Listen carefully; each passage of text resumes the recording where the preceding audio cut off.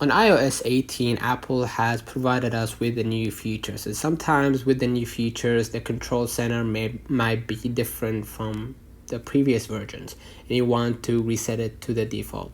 So here's a step-by-step guide on how to do it.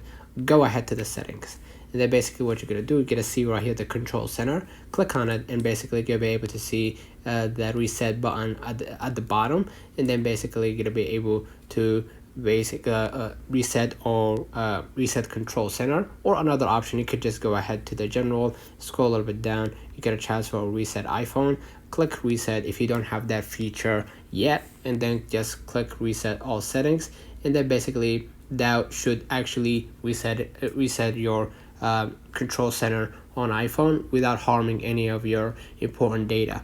So let me know in the comments if this video helped you. Don't forget to like and subscribe. Thank you for watching.